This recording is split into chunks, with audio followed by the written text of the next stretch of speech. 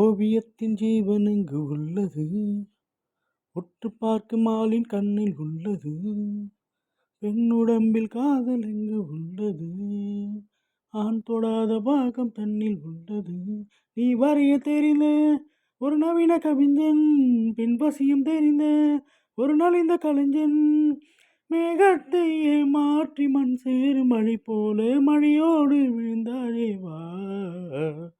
பூவாசம் புறப்படும் பெண்ணே, நான் பூவறிந்தார். தீ வந்து விரல் சுடும் கண்ணே, நான் தீ வரைந்தார். உயிருள்ளதெல்லாம் உயிர் கொள்ளும் என்றால், உயிருள்ள நானோ என்னாகுவேன்? உயிர் வாங்கிடும் ஓவியம் நீயடி.